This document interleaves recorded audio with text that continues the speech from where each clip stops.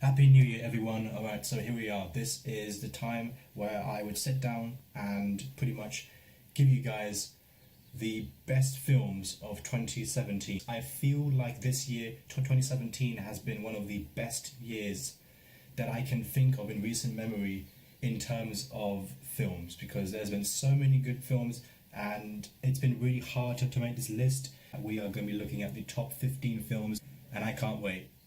And let's start with the honourable mentions of 2017, which I just could not put them in this list. I mean, they were in this list, they were definitely going to be in this list, but then I had to change them because I just could not fit them all together. Life, Spider-Man Homecoming, and It. So I know a lot of people will be thinking that, this list is not great, this list is not whatever. This is my opinion, this is my list. If you don't like it, then go somewhere else. This is a mixture of the technical filmmaking and also mixed together with my personal experience, my personal opinion on what I thought about the film, if it was better than the other, whatever. Let's get started.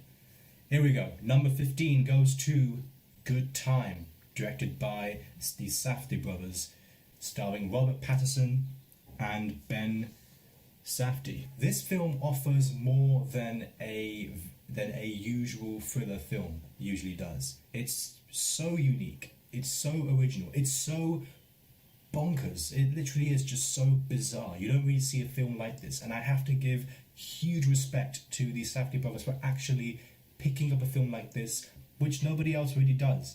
And for that reason alone, this film deserves to be on this list. This is Robert's best performance. I love Ben Safdie's character as well. A lot of heart into that character. Very touching scene. At the very first scene was very touching. I was completely jaw dropped by his performance, and I can't wait to see what he does next, especially Robert Pattinson. So that was fantastic.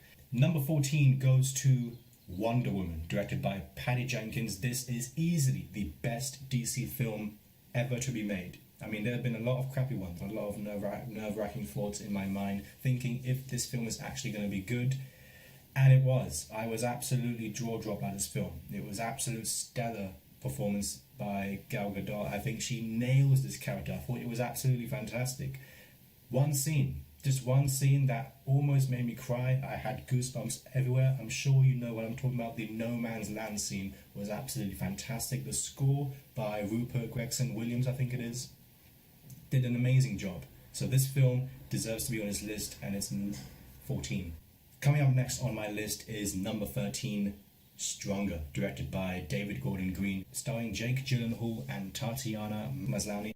Both of these actors are equally as good, guys. Jake Gyllenhaal and Tatiana deserve to be in the Best Actor and Actress nominations for the Academy Awards. If they don't, then I'm going to be very disappointed. I won't really be surprised because it's just the Academy. Let's just leave it as that. Jake Gyllenhaal and Tatiana don't even try in this film. They don't even try. It's just natural, and that's the best praise that I can give to an actor, that they become that character. Does it fall into the typical drama cliches? Yes, it does. But at the same time, that really can't be a flaw, because this is a true story and it's a very inspirational story. It is one of the most emotional movies I've seen all year. Cried about 5 times. So for a film to do that to me, it's mean, but I love this film. Number 12, A Ghost Story, directed by David Lowery. This film is just one of the most unique films I have ever seen, guys. Period. The fact that it's so different to the other films that are being made, it is so emotional, it's so ambiguous, and it's so artful. It is not a horror, guys. It is not a horror. Do not be misled. Ben Affleck continues to pick amazing scripts. He did a fantastic job. One of my favorite scenes is the pie eating scene. It's just 5 minutes of nothing but just eating the pie. And with no dialogue, with no words, nothing. It's just visual storytelling which just pummels you down to the ground, where you're just thinking, this is just heartbreaking. Number 11 goes to Call Me By Your Name, directed by Luca, I can't pronounce it, Luca Guadagnino, I think, Guadagnino. I'm not really sure, I apologize. This film was extremely startling. It's about two guys, one who's in his 16-year-old teenager, and one who is in his late 20s or perhaps early 30s. These two get to know each other more and more and more, and it turns into a beautiful love story. I have to give it to the narrative itself, the fact that it's so different towards the other films that have been released this year. It is so hard to ignore this film, guys. It's been getting a lot of Oscar buzz, been getting a lot of award nominations, and it deserves that, guys. It deserves it. Coming up at number 10, Baby Driver, directed by Edgar Wright. No, this film is not slow. I mean slow. Was he slow? No, he wasn't. He was damn fast. He was damn quick. All the performances were fantastic. Ansel was brilliant. Jamie Foxx was great. John Hamm was one of those people who just stood out. I mean, there was this one scene right at the end where I actually could not stop laughing. The music itself, the way it sort of becomes its own character almost in this film, it blew me away. Number 9 goes to Dunkirk, directed by Christopher Nolan. In terms of technical filmmaking and visual experience, this is perhaps one of the best films of Nolan that Nolan has perhaps ever made. I mean, can I say the same thing about the character drive? No, I've seen better.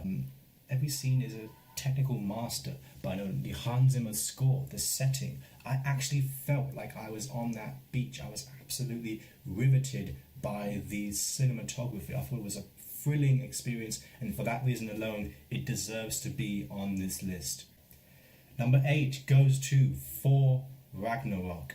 Guys, this is one of the best fun films I have seen in a very, very long time. I mean, you can say the same thing about Baby Driver, but Thor was its own kind of film, easily the best of the trilogy. Chris Hemsworth is Thor. Chris Hemsworth owns this character. I wanted to see more of him. I wanted to see him push himself more and more and more, and he's done that. He's fantastic. Mark Ruffalo is also brilliant. Jeff Goldblum is hilarious as always, and I just got so emotional at the end when I could hear that Led Zeppelin Immigrant song, because can I say this is perhaps the best Marvel film? Perhaps not, but to be a standalone film and for it to be this good, that tells us something. Number 7 goes to Split, directed by M. Night Shyamalan. This is Shyamalan's return to form. This is a psychological thriller horror sort of genre. James McAvoy deserves to get an Academy Award Best Actor nomination for this. Will he? Perhaps not. I don't think he will, but he deserves it. But just the performance and the narrative alone, the way it builds up to the final personality, it is an absolute thrill ride, and I love this film. Number 6 goes to Logan, directed by James Mangold. This is what I wanted. I mean, last year we got Deadpool, this year we got Logan, 2 brilliant rated R films. Just the first scene, guys, just the first scene alone tells you everything that you came here to see. I saw blood, I saw violence, I saw gore, I saw everything in the first scene, and I was absolutely riveted by it. Hugh Jackman is Wolverine, guys, and he always will be. There is no one that can replace him. And I'm just so glad, I'm just so happy that they nailed this film. Daphne Keane playing Laura was absolutely brilliant in this film. Number 5 goes to Wind River, directed by Taylor Sheridan, and it has Jeremy Renner's best performance. It's based on true events, and I have to say I completely respect Taylor's idea and his reason behind actually making this film. I think it's quite clear as to why, and if you guys watch the film, then I'm sure you will understand. Much respect, and I love this film. Next up, number 4 goes to Get Out, directed by Jordan Peele.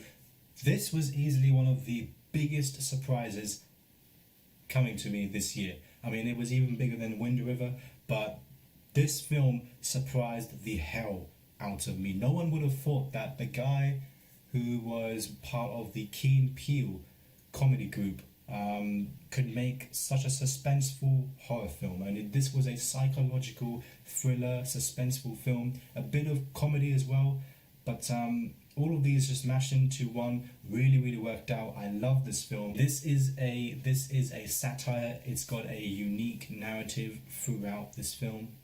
Daniel's performance is fantastic.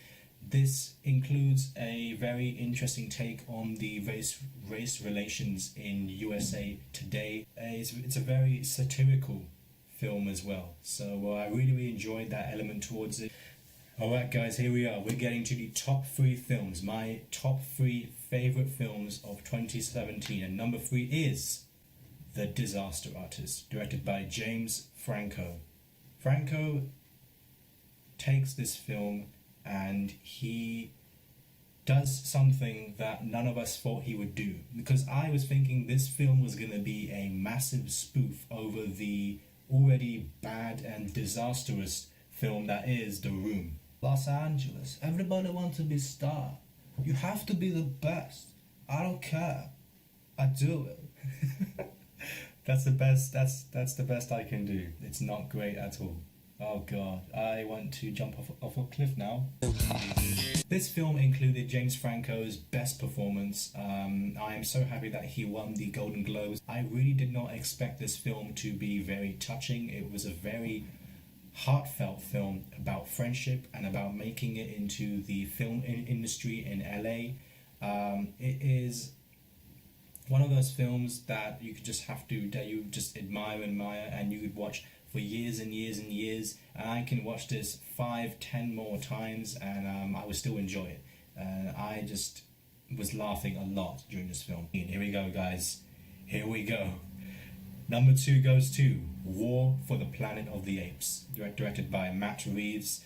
This is my favourite Apes film out of the 3. A lot of fans have been divided by this film. Some people thought that it was boring. Some people loved it. Critics adore this film, and I adore this film on another level, really, guys. A lot of people really are being misled by the title War for the Planet of the Apes. People think that it's not really war. In my opinion, when you say war, you don't think of battles. You don't think of blood and guns and that stuff. Don't get me wrong, there are some battle scenes, but this film is mostly about the psychological battle between the apes, between Caesar's team and the humans, and how they needs to have been going off for a very long time. And you have to appreciate that, guys. Caesar and his circus, the motion capture of this character is genius. These people, it can't be overlooked, guys. People who have worked on this visual effects, these people are geniuses. Woody Harrelson is brutal in this film. He's absolutely brilliant. We're usually used to thinking of the comedic aspect towards this guy, but he brings a whole other attitude in this film. There is not one moment in this film that bored me. I was continuously astounded and just amazed as to looking at a technical mastery. Even Steve Zahn's character, the bad ape, who was absolutely fantastic. Even his character, which could have been very annoying and could have brought this film down a lot further. This film deserves to be called a masterpiece, and I loved every single second of it. Alright guys, here we go. Number 1, my favourite film of 2017. You probably have guessed it already. You're probably thinking that it's definitely going to be his number 1, or perhaps the film is not even on this list. It's probably something else. Well, that film is Blade Runner 2049, directed by Denis Villeneuve. If you haven't seen my review and I sort of get into more depth about why I love this film, then go check that out. This is everything that I want a film to be. I was never the biggest Blade Runner fan. I only saw the first Blade Runner months and months before watching this one, and I really seemed to enjoy it. And I wanted to something about it that made me want to watch it multiple times. So I watched it more and more, and I watched Blade Runner, the first one, a total of 3 times, and I loved it even more and more, to the point where I think that it really is a masterpiece. This film is even better. I mean, first viewing, I was thinking, this is it. This is my movie of this year. Ryan Gosling, I mean, last year he was in films such as La La Land and The Night Skies, 2 films that I adore last year. And this year he is taking the #1 spot, and he is a genius when picking scripts. He is continuing to work with amazing people. Denis Villeneuve, director for Prisoners, Arrival, Sicario, Enemy. I will watch anything that this guy will be in. Anything at all. This is a beautiful, I mean, what an amazing film. What a beautiful film. And Blade Runner 2049 is my favourite film of 2017. Thank you so much for watching, and stay tuned. Thank you. Here we go.